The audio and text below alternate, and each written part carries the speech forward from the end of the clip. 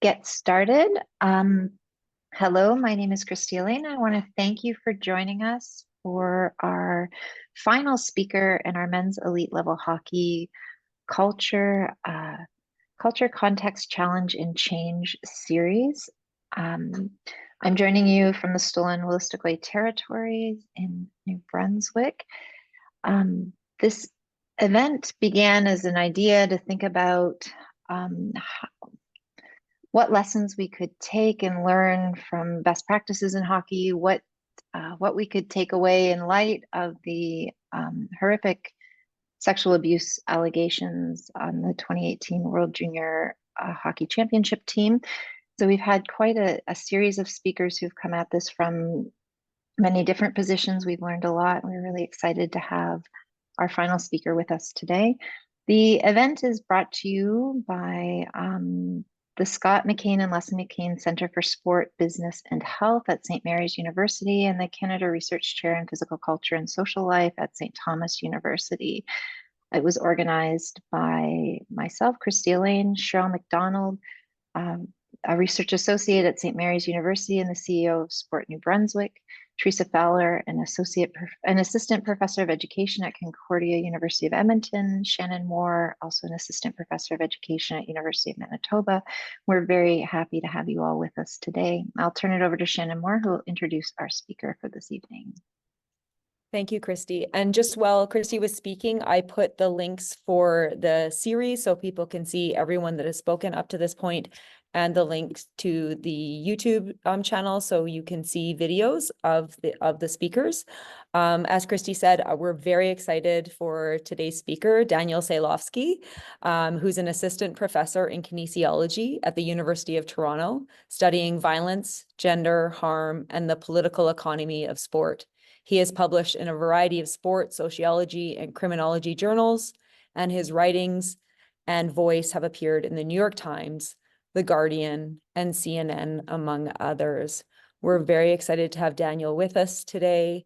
And could I just ask before we get started that we usually have one person that puts a little tester in the Q&A for us, because as you have questions while Daniel is speaking, you can pop questions in the Q&A function. And then Teresa Fowler will ask those questions to Daniel at the end of his presentation. Teresa, we're good? Excellent. Thank you. So I'll turn it over to Daniel now. Thank you. Thanks so much, Shannon. And thank you all for being here on this last session of our hockey culture, elite men's hockey culture speaker series. And I'm really so honored to be here. Honestly, when I was approached and asked about it, it was an obvious and very quick yes. Some of the scholars who are involved, all of the scholars really who are involved in putting this together, are scholars that I've looked up to, cited plenty, and really drawn on their work to advance some of my own work. So it's wonderful to be here.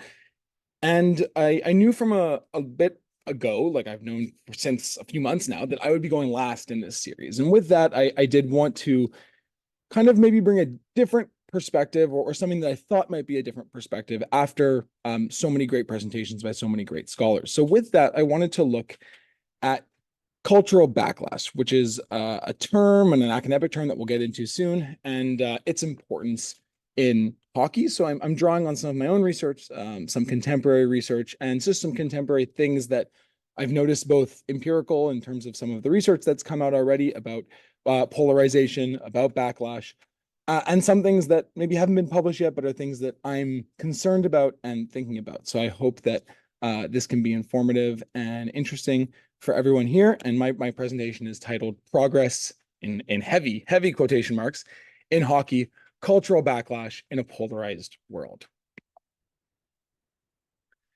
So I want to start by saying that we do have some progress in hockey, and I really put some in brackets and I put progress with a question mark, and that's on purpose. That was not a typo. That was not something I forgot to remove. It's all there on purpose.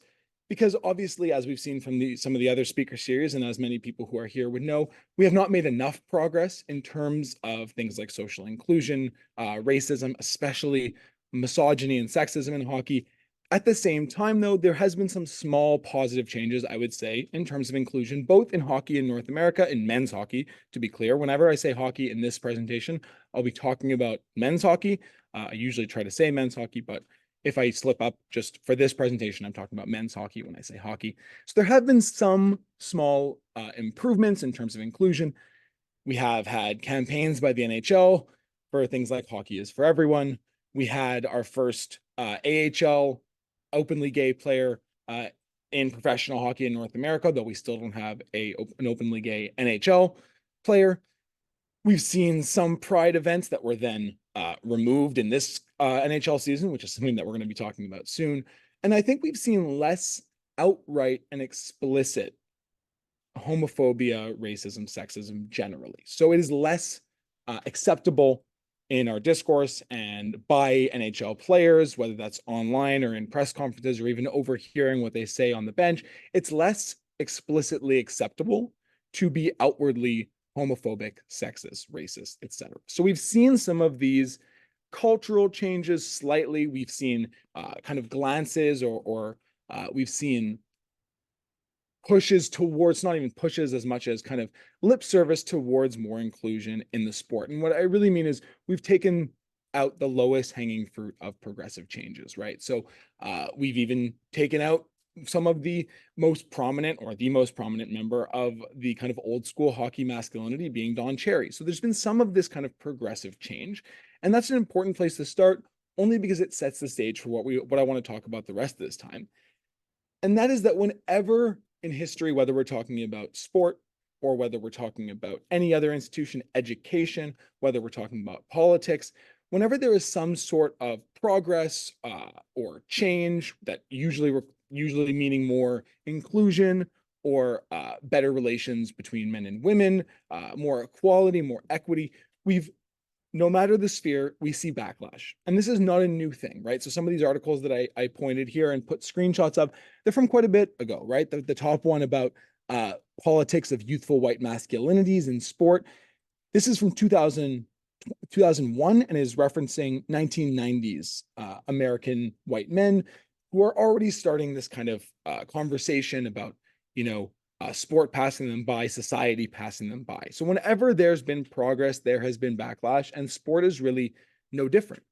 And to conceptualize this backlash, Engelhardt and Norris, who are two political scientists, have written about what they call cultural backlash. And this is where the trend towards progressive social values triggers what they call counter-revolutionary retro backlash, especially among the older generation, white men, and less educated sectors who sense decline and actively reject the rising tide of progressive values. For those of us who study or know hockey, this should be ringing some alarm bells for the kind of things we've seen.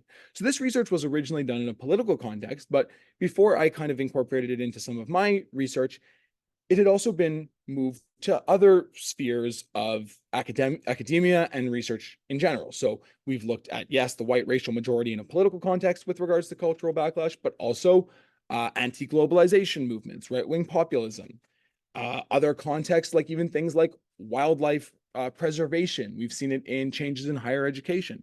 Cultural backlash has been observed in a lot of different spheres. And we also see this kind of backlash, which should be pretty obvious to us, in sport and in society more broadly. We've seen backlash to racial, gender, sexuality, and any other inclusion-based policies, and even these kind of small, low-hanging fruit changes. We've seen backlash to changes to sport rules, to sport norms, to sport culture. And this should be obvious for anyone who has ever seen or even heard of or read about people like Jordan Peterson, or who have read about people like Andrew Tate, even some of the recent comments by the Kansas City Chiefs kicker Harrison Butker. This is all sort of part of a trend of backlash against what these people deem to be too much progressive change. I think we would all argue there hasn't been enough progressive change, but whether or not there actually has been that change, there is still that backlash to it. And again, cultural backlash, and this is from a different article, Manfredo, is a phenomenon wherein those left behind in a shifting culture act in opposition to change for the purpose of retaining their cultural identity and values. So from a hockey context, we can think about the fact that there were those that refused to wear pride tape and refused to use pride tape, which actually prompted the NHL unfortunately, to cancel the Pride events altogether. So again, backlash to what was a very small, not material, cultural change, the Pride events, which were a good thing, yes, but they were obviously not a panacea. They weren't a silver bullet that solved all of the problems of hockey masculinity, but even that prompted backlash. We can even see players demonstrating these hegemonic masculine practices in the 2018 World Juniors, when the 8 members of the men's hockey team were accused of group sexual assault in London, Ontario. We can see that even as a backlash to changing norms, or we can also see it as the norms not actually changing all that much. But all of this can be emblematic of some of the backlash we've seen, we're already seeing in sport and society. I've also done some work, like I've said, specifically looking at backlash in hockey. And so this is 2 different articles that I've written, one looking at cultural backlash and hockey masculinity on Twitter, and one looking more at cancel culture and what I termed in this article, woke capitalism. I prefer to use the term performative capitalism now because of the way that the word woke has been co-opted in these racist ways by the right wing. So try to imagine that says performative capitalism. I wish I could fix it. But both these cases look at incidents in hockey where there is some sort of, if not criminal, then deviant behavior that happens. It's either called out or makes it into the news, and then there's a backlash to it. So in the case of the article on the left side of the screen, looking at cultural backlash and hockey masculinity, this was when there was a fight in an NHL playoff game between Alexander Ovechkin and Andrei Svechnikov. And then Paul Campbell, a journalist, basically tweeted about the fight, asking, who wants to see this? Who is this for? This is barbaric. Anyone who's a real hockey fan shouldn't want this. And this prompted a torrent of replies, some who are applauding this kind of progressive change, but many decrying it as the sort of too much progressive change, and that Campbell, in trying, in their words, in their view, to change hockey, is actually treading on their turf that they're trying to kind of protect, and in some cases backlash against these progressive changes. So Twitter users employed all sorts of aggressive and just misogynistic language to refer to Campbell, who was just tweeting about this. They called him a snowflake, which is obviously very right-wing coded politically, called him a pansy, a beta, a sissy, soft, and then by female names like Nancy or Sally. And this language is obviously emblematic of the kind of macho hockey culture that still exists and that many fans, in this case, are trying to preserve. And so that was one kind of instance of seeing this. And this was one of the first articles where I tried to show that myself and Dr. Orr tried to show that cultural backlash is not just about politics. It's not even about broad societal changes necessarily. It can manifest when we even just see something like fighting becoming less prominent in the highest levels of professional hockey. I think fighting is actually becoming less prominent for reasons that are not really to do with a changing, more inclusive, better culture. But if you have questions about that, we can talk about it after. And then the other article that I wrote about here with regards to kind of the same themes is regarding Brendan Leipzig's leap conversation. And so for people who don't know this, Brendan Leipzig was a 3rd, 4th line player for the Washington Capitals, an Instagram conversation that he was having with several prominent players, some in the NHL, some playing university hockey or minor hockey, friends of his. This leaked conversation on Instagram basically showed all sorts of heinous, misogynistic, racist behavior and comments. You can read the article or just look up the case if you want to see some of them. They're really horrific. Just anti-indigenous commentary, extremely misogynistic commentary, racist commentary.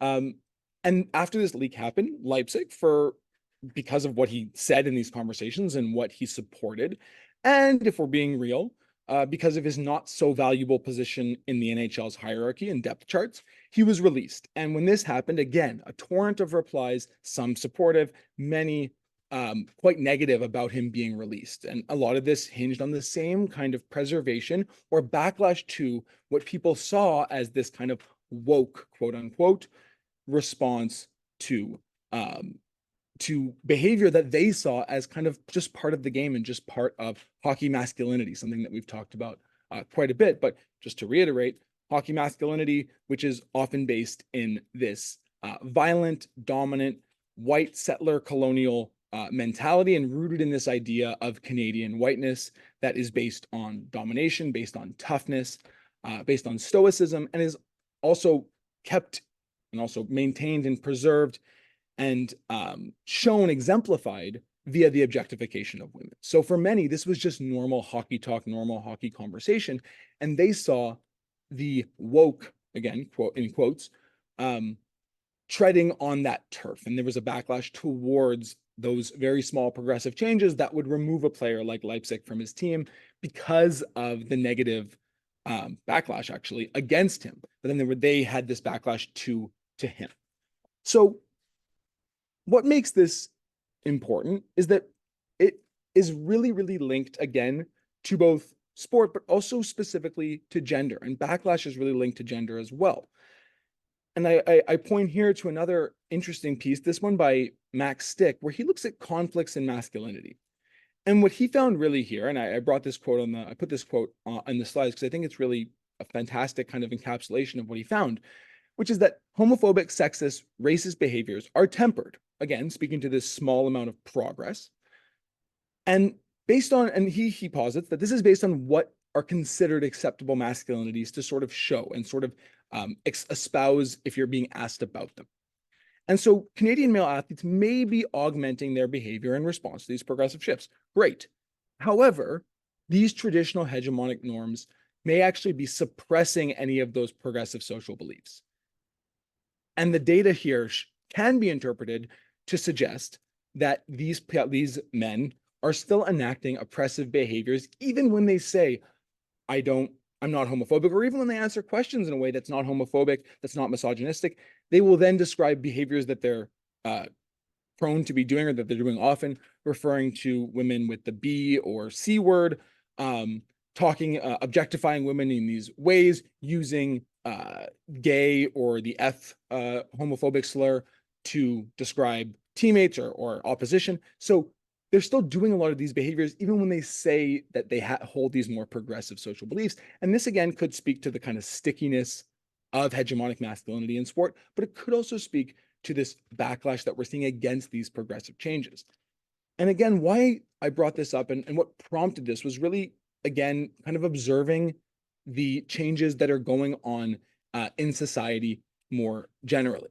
And what I mean by this is that we're seeing right now an issue where we are seeing more polarization on two different identity lines. One is kind of the obvious one that we should think of, which is political lines, liberal and conservative, and their views towards inclusion policies, their views towards changing progressive social values, vastly different.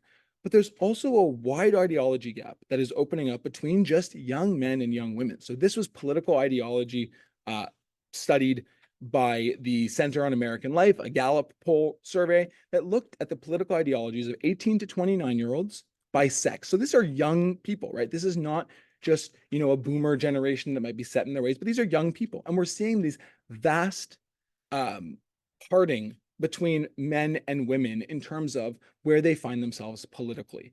And this is important because gender backlash is already one of the forms of backlash, and also because this kind of data and what we're seeing online especially suggests that we might be reaching a point where men and young men especially, for a variety of reasons that we'll get into, become more and more polarized in these ways. And this could result in even more of the backlash against the progressive changes that we might be trying to get to in a place, in a context and an institution like elite hockey. So this is just one of the kind of jarring results that we see. So huge, like 40-point differences between men and women in places like US, South Korea, Germany, even the UK, where, at least according to the methodology of this survey, people are pretty progressive in terms of their like liberal or conservative bend. But even there, we see almost more than a 20-point difference between men and women. Another version of this, and this speaks more to football, looks at who is likely to recommend youth football, and they look at 2012 and 2023. The question here is a little bit confusing, so just ignore it. The percentage here describes what percentage of people are willing to recommend youth football. So in the US overall, yes, we've seen a drop of 3% in the last 11 years, likely in response to a lot of the publicity around head injuries, around injury more generally, around CTE, concussion, early death, dementia, all of these consequences that we know arise from football. So we have seen a small drop. But if you look at the differences in how we've seen in the drop at different political orientations, it's jarring. Again, it's really, really huge. Liberals have dropped almost 20 points in terms of their likelihood to recommend football. Moderates, small drop. That's really quite in line with the drop for the US overall. And then conservatives, and this is the really interesting point, the conservatives in this case have not only not dropped, but they've actually become more likely to recommend football. And this, if we're thinking about it from a purely kind of rational choice perspective, it sounds absurd, right? We've seen all this negative influence. We've seen this negative data, negative consequences. But it seems from a backlash perspective, this makes a lot of sense. When a certain group's position and values that they hold dear are being questioned and are being looked at in a negative way, they might hold even firmer to their ideas. And there might even be a backlash against these perceived changes, which I think is what we're seeing here. And this again speaks to both the threat of backlash to the progressive changes that we've already made and are trying to make, and also the way that this can break down by political ideology and by gender. And we know that in men's hockey, obviously we're dealing with many more men, both at the coaching, executive, and of course at the player level. And we also know that this is largely a conservative base of people. So this is why this is so important, and something that I think I don't have all the answers or even enough of the answers, but I think it's something that we need to be really thinking about.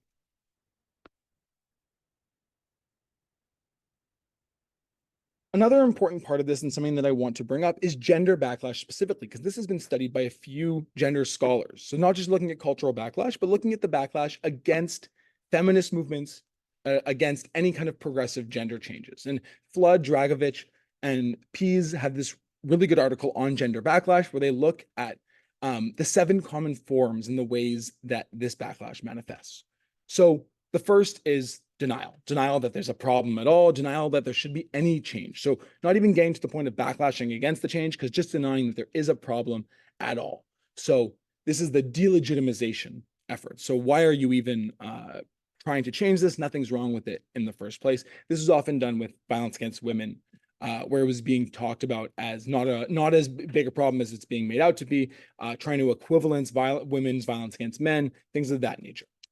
Next, there's disavowal, refusal to recognize responsibility to address the problem. So maybe there is a problem of masculinity, but it's not hockey's fault, right? That could be the response there. Inaction, refusing to implement a change initiative. So many of us who've worked in hockey or trying to work with hockey organizations might see this, the refusal or the inaction to actually change anything. And then we have things like appeasement. So this is the effort to placate, pacify those advocating for change in order to limit its impact. So maybe you allow something very small, but not the next thing. Similarly, we have appropriation, saying that you're changing something, kind of simulating what would look like change while actually covertly not trying to change it. So maybe, you bring in someone to speak to your team about masculinity and about violence against women and about substance abuse amongst men's hockey players.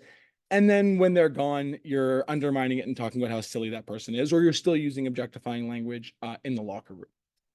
Then, of course, there's co-option, which is using the language of progressive frameworks and goals. So think about using equality or rights or justice, these kind of words, but to maintain unequal structure. So this is a classic case of this is when people talk about reverse racism or reverse sexism, using these terms like equality, but as a way really to entrench the current system as it exists. And then finally, there's repression, which is the kind of firmest version of this, where we see a reversal or dismantling of a change initiative. And this is my biggest fear, honestly, is that we could see progressive changes that are then repressed and reversed. And that's what we cannot have happen, especially when we have so far to go with regards to men's hockey culture. Just realized I hadn't drank for a long time. Sorry about that. So the other important thing from this research is they talk about that resistance can be collective, it can be formal, it can be informal, it can be individual people informally on Twitter, for example, like the research I looked at. It can also be collective and formal. So we've seen men's rights advocate groups. We've seen right-wing groups kind of banding together to stop progressive changes in all sorts of spheres of life, in sex education, in the books that are allowed to be shown to children and in libraries, for example. We've seen this with regards to anti-trans rhetoric. So we've seen this kind of backlash already, and often it's collective and organized, but it's also informal, along media channels in those kind of ways. And we also know that backlash is more common among men, again, pointing to the importance of this issue for us, really. So when we're talking about modern backlash, I do want to get into some of the causes, and I do think that these are important because we cannot fall into the trap of simply blaming wholeheartedly all boys and men without providing the proper context and explanation. And to provide the proper context and explanation for the kind of backlash that we're seeing, we need to understand why it even exists in the first place. And so the first reason that's often brought up is aggrieved entitlement. And this is the material loss of privilege. This might be what most people think about when they think about backlash. I think it's really, to sum this up, you could use the quote, which I forget who said it. I apologize to whoever they are, but the quote that to someone with privilege, equality feels like oppression, right? This is the idea that dominant groups feel threatened by changes to their privilege by disadvantaged groups. And because they are so used to this privilege, they feel entitled to these advantages. And when those advantages disappear, they feel this aggrieved entitlement. And that's one of the causes of modern backlash, something we can definitely understand in hockey, a sport that's often privileged white, male, wealthy people. And when some of that privilege goes away, that can cause backlash. The other important point here, and this applies not just in a hockey context, but in really a general context, is, and I will preface this by saying this is maybe the most controversial point I might bring up here, and one that might bring with it some pushback, which I'm happy to answer for. This is the real material loss that young men are facing. And I say young men, but really what I mean is young people in general, and what people are generally facing. There is a material loss of job opportunities. There's a material loss of housing stability and the likelihood of owning a home, especially in a place like Canada, in the UK and parts of Europe as well. There is material loss in terms of good jobs that are available to people, in terms of the spots in education that are available as schools and programs shut down. There are real problems that we're seeing in society today.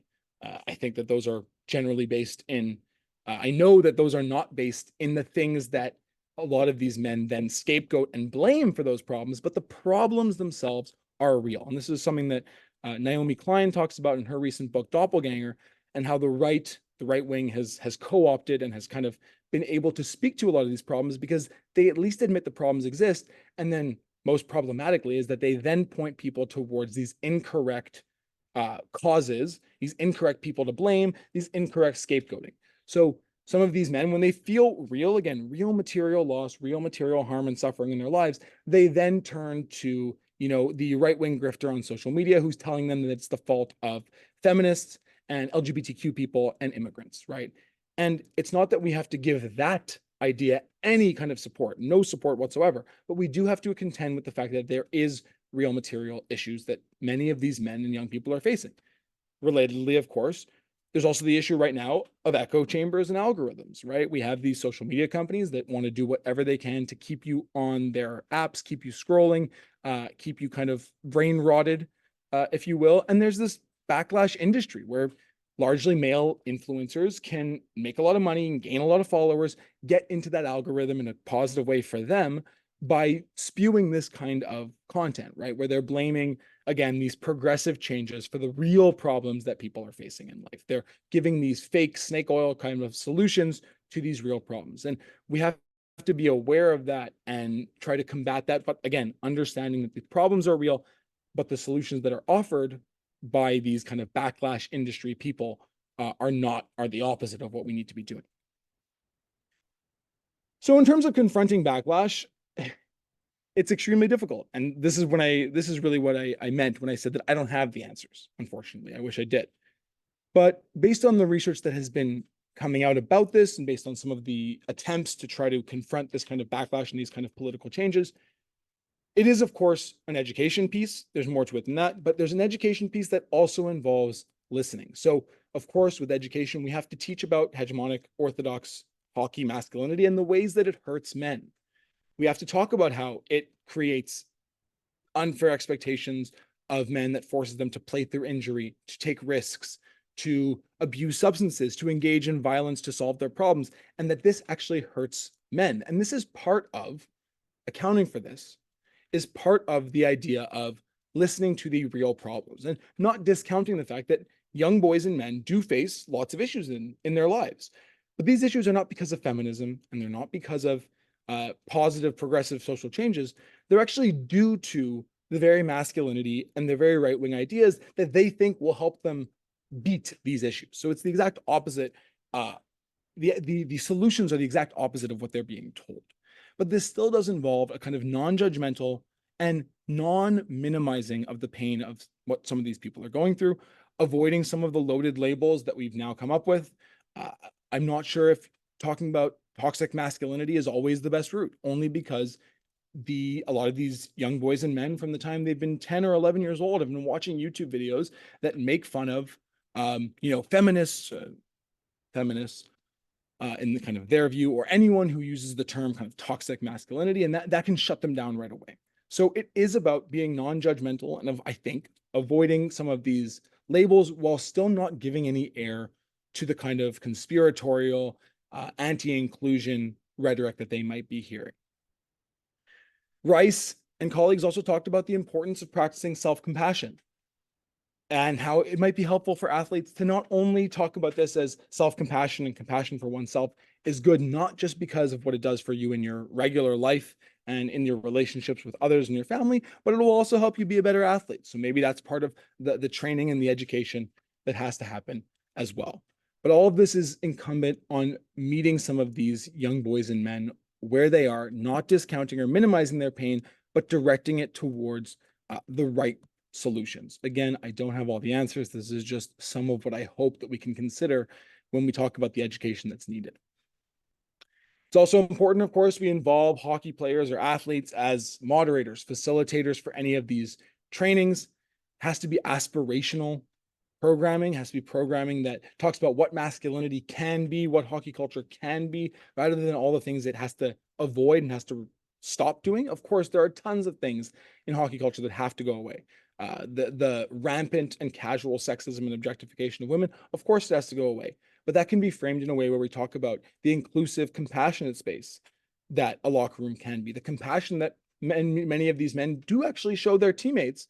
That can be a compassion that they show to everyone, including the women that they've often objectified, as a way to gain that kind of masculine capital in a locker room. I also have here social media and TikTok interventions, and there's 3 question marks. Again, not because I forgot to add in the exact thing I wanted to put in brackets, but because I don't know what these are. I think I have some ideas. I think that it starts with the actual social media companies and some of the censorship that they need to engage in. At the same time, giving more censorship powers to social media companies, especially given what we're seeing in the world now in terms of geopolitical issues, is not always the best idea either. But these echo chambers and these algorithms are problematic, and they're a huge part of, I think, this backlash industry. Finally, I just want to talk about a positive masculinity framework. And I want to also make sure that before I even go into this framework, any kind of education, it can't be a one-off. Dr. Fowler, who's here, has written about this, talking about how we can't have these one-off trainings that happen, at the beginning of the year, at the beginning of the season, and then we're done. And everyone else and the whole structure of men's hockey stays the same. All the same people are in all the same positions, but we have this one-off training and we're done. Educating on issues linked to masculinity, linked to men's violence against women, there has to be constant. There has to be coach training. There has to be train the trainers, so that the people who are most implicated in hockey in the day-to-day are not only getting the training as a listener, but actually as a trainer, and learning about this in a way, again, that is positive, that is aspirational, and about what a positive masculinity can look like. And this is just one framework by Wilson and colleagues, who talks about knowledge, knowing, talks about young men having the knowledge to understand the social expectations that they can put for themselves, and understanding that masculinity is linked to violence against women. It's linked to suicidal ideation. It's linked to these problematic expectations of men that lead to depression, that lead to suicide, that lead to anxiety. And this is what the masculinity that they think is actually going to save them. This is what it's actually doing. So that kind of knowing And then the next part is the being. And this is about being connected, being motivated, being authentic, and about how men and boys can embody this kind of masculinity and can be this kind of masculine young person and an adult as well. So how they can actually form positive social relationships based on open communication and nonviolence. But again, it's not about what they can't do, it's about what they can do to have a better life for them and for all the people around them. A motivation to engage with society, not to other people, going beyond just what social pressures dictate that you should be, but actually thinking for yourself how to be a good member of a community. And then finally, comfort in actually enacting this commitment, being flexible around the emotional restrictions, the stoicism that's so often been a part of masculinity, being okay with asking for help, and committing to those values. So this is just one of the positive masculinity frameworks that we could employ, but this kind of aspirational programming, I think, is really necessary to confront this very real issue of backlash that I'm worried about. Again, it's happens in every sphere of life. That could also point us to saying that maybe there's not much we can do about it. I don't think that's true. I think that if we're aware of it and we're aware of where the cracks are, kind of in where this backlash can come from, we can maybe face it head on. And it's just something that I think we should consider after hearing everyone's really incredible work on the issue of hockey masculinity and hockey culture. I do just want to put out this kind of warning, but also this aspirational look at what hopefully hockey masculinity, masculinity more generally, hockey culture, and culture more generally, what it can look like. And I look forward to any questions you might have. Thank you for listening to me. I told Cheryl actually that if it was asked her if it was going to be okay if I was under 30 minutes, then I practiced and I was like over 30 minutes every time because I just cannot stop talking. So I'm sorry about that, but I hope I gave you plenty of time for questions and I look forward to hearing back from you. Thank you so much for listening. Awesome. Thank you so much, Daniel. I was just like, honestly, jotting down notes and everything. And it was the first time anyone's referenced me while I was present.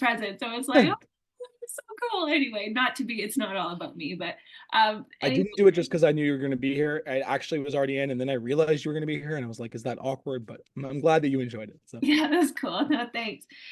There's a question from an attendee and then Kirsty. And then and something that I just wanted to ask you too about when you were talking at the beginning about, how hockey sort of changes and we're responding.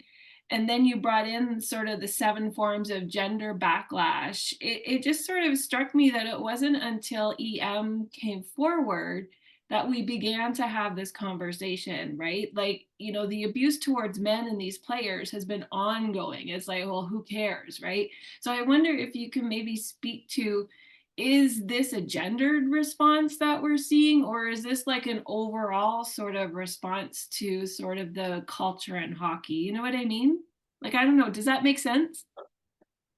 I think it's a hard question, but my answer sort of is based on what I said near the end regarding the negative impact of masculinity, of hegemonic kind of hockey masculinity, what we understand it to be, on everyone. And that's where I don't think, like you're saying, that's where I don't think it's a gender thing as much, because masculinity, as it's commonly been understood in hockey, hurts everyone. And so in that sense, it's not a gender thing. When I'm talking about this backlash being more gendered, it more speaks to the way that the broadly backlash against progressive changes has been a more male thing. And what we're seeing now, I fear, is because of these echo chambers and algorithms, we're seeing this kind of even further polarization where people are getting onto their side of the algorithm and their side of the internet, and they're pulling even further away. And that's why I see these kind of small progressive changes that are then being backlashed against as being more of a men's thing. And what also makes me always think about this is if you're in community with people who are kind of thinking politically in the same way you are, a lot of the changes or ideas that people propose sound very obvious to everyone. Because if you're with people who agree with you, it's like, of course there should be like a pride game. Of course that is just as political as any of the other very political kind of games that the NHL does. Like they have military appreciation nights, as if that's not political. So when you're speaking with people who are on the same side, if you will, it's very obvious that the small changes that are being made are good and they're not enough. But what makes it so obvious that this is so polarizing is that even those small progressive changes are seen as an affront, an attack, as something that need to be pushed back against when people are this polarized. I'm not sure if that answers your question well. I'm sorry if I didn't. Yeah, But no, totally it does. No, awesome. Thanks, Daniel. Before I turn over to Christy to ask hers, I'll just read for you from one of our guests who says they've had challenges with loaded labels, and the team of hockey administrators they work with to educate tend to shut down anything with the label toxic masculinity and take it as a personal aggression. So what other terms do you use in your work to, you know, because I know for myself, I will not use that word toxic masculinity, but sort of what sort of terms would you use instead? I often sort of talk around it, I would say. And to be clear, this is my I don't want to pretend that I do more of this work than I do. I've done like a few trainings with um, potential athlete activists talking about gender issues, but I haven't yet actually gone into a hockey org to actually speak to, for example, a whole group of coaches or players. And I would like to do more of that work, but I haven't done it yet. I've been more on the academic side.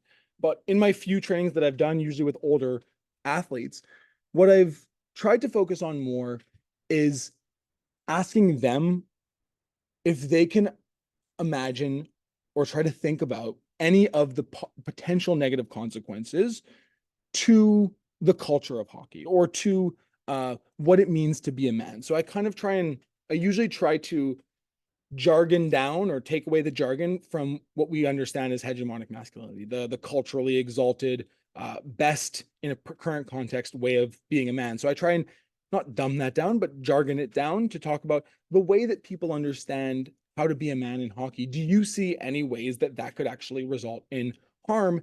And unfortunately, unfortunately or fortunately, I try to focus at first on the harm that they see, that for them, right? I think that that could be problematic as well, because then it makes them think about the ways that masculinity hurts them, rather than how it hurts others.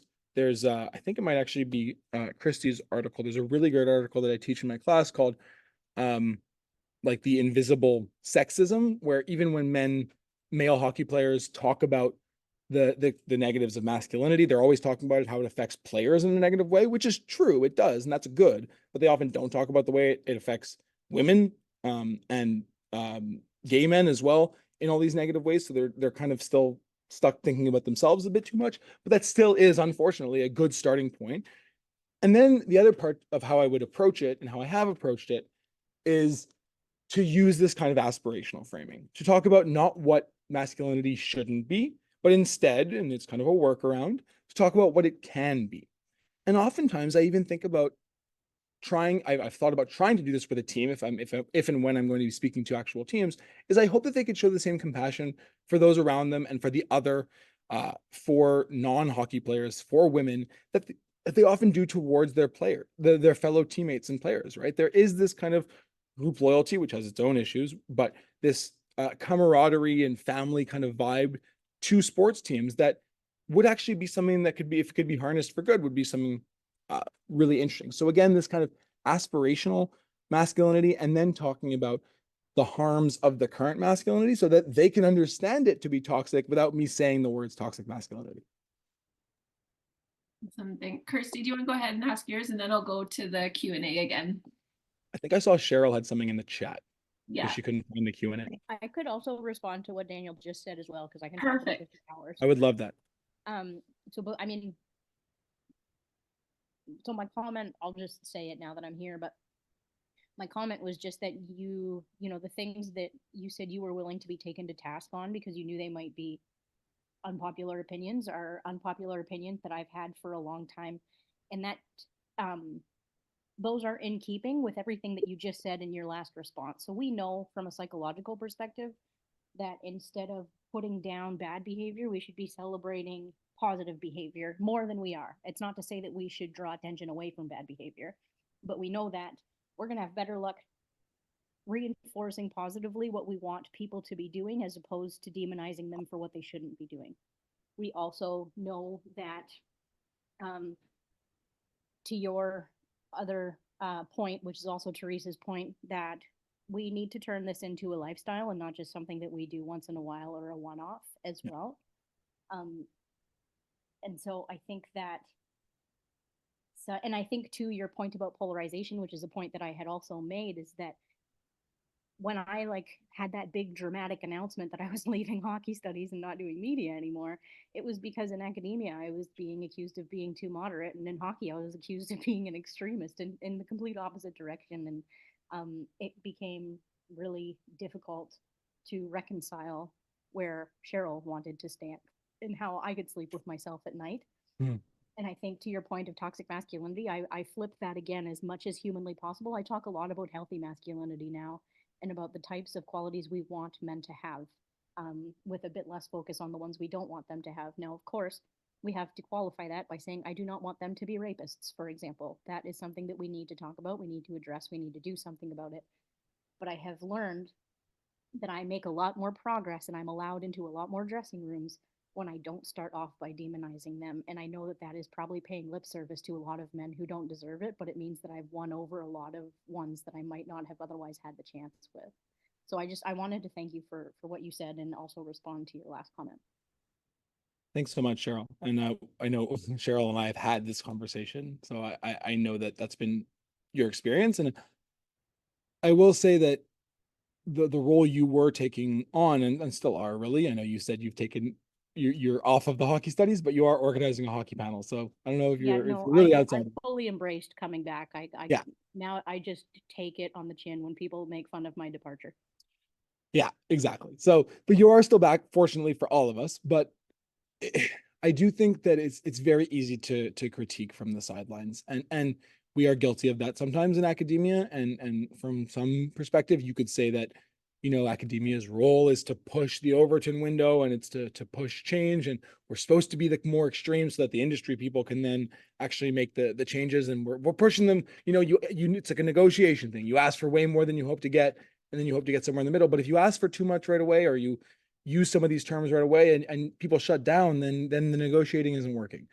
And so I do think that a balance has to be struck. I'm the last person that usually kind of uses this kind of centrist language, but it does when we're talking to people directly. And so I do think that's the way forward. And the other point that I really hope that if people can take anything from, it's that point that, again, from the Naomi Klein Doppelganger book, which talks about just the need to push people towards the right solutions to the real problems that they have, and not to discount the problems, but yes, to discount the wrong-headed, racist, xenophobic solutions that they might have heard about, that we can, we should be talking and arguing against to the end of time.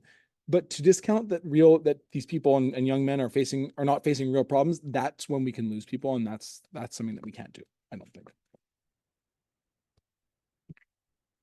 Yeah, go ahead, Christy, and then we'll go back to the Q&A. Okay. Thank you, Daniel, so much. This is really interesting and really dovetails with some of the thinking and some of the writing I've been doing lately. And so I wanted to ask about institutions, because your work is really focused on athletes, but not institutions. And we might disagree on the feelings about how forward the NHL has come, right? Because I think what we've seen, especially in the last year, is, we've seen the hockey is for everyone. We've seen the Diversity Alliance. We've seen them on board. We've seen them back away. We've seen their anti-trans policies really align with forms of populist backlash on both sides of the border now, which to my mind means that, the players themselves aren't expressing anything different than the institution, but the institution does it in a way where they can where they're not taking the same kind of heat. The institution appears progressive because of the small measures it makes, and for whatever reason, when it pulled its LGBTQ plus affiliations and pride nights, etc., it was never in the press. In fact, I spoke to a reporter for a long time about this and couldn't get it into CBC that like this is part of a larger social trend, particularly in North America, that is anti-trans and is extremely right-wing, and that the NHL is courting these kinds of ideas, and that the cultural backlash, to my mind, is, the players might be on side, but they're not doing it alone. So I'm wondering where, and I also think academics are complicit in this a little bit, in that like the academic left has done a terrible job at bringing working class people along with them. They've made them feel stupid, they've berated them, they've been really awful, and the NHL has been worse. And so I'm wondering, where are the institutions in here? Like, what do you think about these institutions?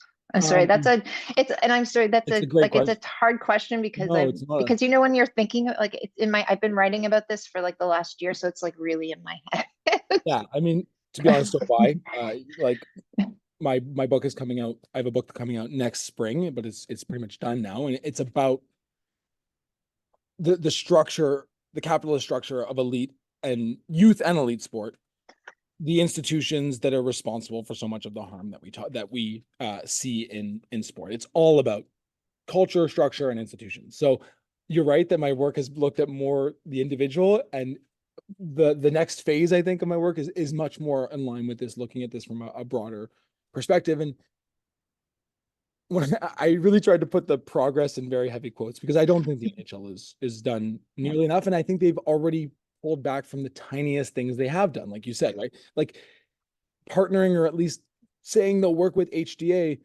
like Hockey Diversity Alliance. Even that Hockey Diversity Alliance was done by the players. It wasn't a decision by the institutions to create that themselves, right? And I guess the reason that didn't talk about the institutions as much here is because I have no faith in the institutions. I only have faith in the players. I only have faith in the workers. And that's what I really mean, is I only have faith in the labor that is responsible for the product that we're watching, like in a hockey case, right? And I say that because the NHL cares about one thing. They care about money. They care about making money. They are going to lick their finger, put it up, see where the winds are going, and that's where they're going to make their decisions. And that's the reason that I think players are the answer. Because the only way the NHL is going to move is if players and fans are moving in such a way that they have to move. The NBA is the other example. The NBA is only slightly more progressive than other leagues because their players are slightly more progressive and because their fans are slightly more progressive. If they weren't, they would be like the NFL, where their fans are largely Republican, largely white, not actually as male as you'd think. It's actually quite male, female, pretty much more equal than you think, but largely white, largely from the South and from the Midwest, Republican. And because of that, that's who they cater to. And with the NHL, I fear that they could be catering to that kind of milieu as well. So I don't talk about the institute. I don't talk about the NHL because I have no faith in the NHL. I think that they will only respond, and this is where we as fans, scholars, people who care about the sport can come in, because if we can change minds towards more progressive views, then the fans will demand that people are removed. Brendan Leipzig was only removed because fans were really upset about it, and he was deemed not useful enough to Capital in order to be worth the backlash that was, and I don't want to use backlash because I'm using it in a different way, but to be worth the kind of hoopla that came with what he did, right? The team doesn't actually care about the misogynistic, horrifically racist language. They care about the fact that there was backlash and that he was a fourth line player. Yeah. And yeah. Yeah, I mean, Austin Matthews, who assaulted a woman and like mooned her and terrified her, is, Patrick Kane sexually assaulted a woman and beat up a cab driver. Yeah. Right? Yeah. I mean, if you're a good player, you can do whatever you want. I agree. I agree, but I think sometimes the NHL gets off, scot-free in some of these analyses. Like, I mean, because what they can do is demonstrate what it does is it posits the bad apple kind of thing instead of looks at this as an institution that actually supports, produces, and in some ways the NHL, because of the kind of employer they have so much control over their athletes. That Yeah. if this sort of thing were something they were committed to, like stamping out, it could be done, right? I mean, they tell them when they eat, they tell them when they sleep, they like Yeah, that's what I thought was so um, ridiculous, right? Because there is such a level of control that these organizations, leagues, and then individual teams have over their players. To then throw your hands up in the air and say we can't fix this other problem, it's disingenuous. And I yeah, do think agreed. like I said, in my work, which I'm not silly or naive enough to think my book's going to sell 5 million copies and therefore we're going to change the world. But I'm hoping that more people take on this kind of structural, institutional analysis of these issues. Because again, when I look at professional sports, I'm looking at it from like a labor capital perspective, a workers organizations perspective. And with that, I think the positive change will come from labor and will come from consumers, and it won't come from the institutions unless they are dragged there. Right. So No, I totally agree. And I just want to thank you. I think this is really important work. So thank you very much for thank you. sharing. It's And I'm all gonna started from try, basically yeah, your work. So. no worries. Sorry, I'm gonna try and summarize the two Q&A questions because they're actually kind of similar. So Victoria kind of asked, how do say, people like yourself, Christy, myself, how do we are we guilty of maintaining cultural backlash through our work, right? When we're continually sort of, not dredging up these things, but I mean, we're constantly reminded of them, right? I turned on Twitter this morning. I was like livid, you know what I mean? Because of yet another sexual violence case in the media. But then the other side of it, when you have, say, these folks like Paul Bisonet from Spit and Chicklets who say they're progressive and yet they continue to do the same thing and rehash all of the sexual stuff. So how do we sort of not avoid backlash, but I guess address backlash? Do you know what I mean? Yeah. It's sort of Yeah. a good way to make change. Yeah. I saw that question briefly. It's a fantastic question. And I'll answer the first part, which is our role. I don't think if we stop calling out the horrible behavior when it's happening, then we're not even getting to the point where the backlash could happen, right? And that's not the answer either, because we're then letting the other side win, right? By saying that, like, oh, we don't want to make them mad, so let's not bring up the horrible things that need to be changed. So I don't think that our role is not to cater to the worst common denominator that's going to have a negative reaction to the things that we're going to call out. At the same time, the Paul B. Sinet Spit and Chicklets type thing is really tough, because that podcast has a huge following, right? And I don't know how to make the decision, and I don't think it's up to me to make only, but I don't know how we all collectively make the decision of whether we support them when they're saying good things, when they're, advocating for the PWHL, and then, but then how do we deal with that when this either anti-trans rhetoric is coming out from some of the people, or these kind of misogynistic sexual conquest stuff is happening? I'm not sure what the best way to deal with that. And you don't want, and it's so difficult because you don't want to alienate that large of a fan section, right? It's the classic question of, like, when you have people who disagree with you politically, like, do you try to get them on side, or are they a lost cause that you need to move on and spend your energy elsewhere? And I think with that big of a fan base, I think unfortunately we do need to engage at least with some of their perspectives. I think the sexual conquest and sexual escapade stuff is one of the more difficult ones to show, to explain to men who grew up in this culture how problematic and the harmful consequences of it, right? They know, for example, that sexual violence, like, I'm pretty sure Paul Bissonnette knows and would say that sexual violence is extremely problematic and wrong and harmful. But I don't think he sees the way that, even if the relationships were consensual when he was having them or when they were having them, the way that it's spoken about and the objectification that's inherent to it is so problematic. And I think that that is one where if people in those kind of positions of power, positions of authority, I know Paul B. Sinnott isn't the commissioner of the NHL, but he does have a position of power when we're talking about discursive power. Getting those people on side, it's unfortunately a huge part of changing the culture. So I don't know how to deal with them. I don't know how we're supposed to deal with them, but I know that unfortunately we do have to deal with them. Awesome. Well, thank you so much, Daniel, for your talk this evening. It really was a fantastic way to sort of wrap up our series. And thank you for everyone for attending. You'll catch Daniel's talk on our YouTube channel as well as all the other talks of the year. So thank you all for joining us, and thank you, Cheryl, Kirsty, and Shannon for the work this year. So have a good night, everyone. Thanks again, Daniel.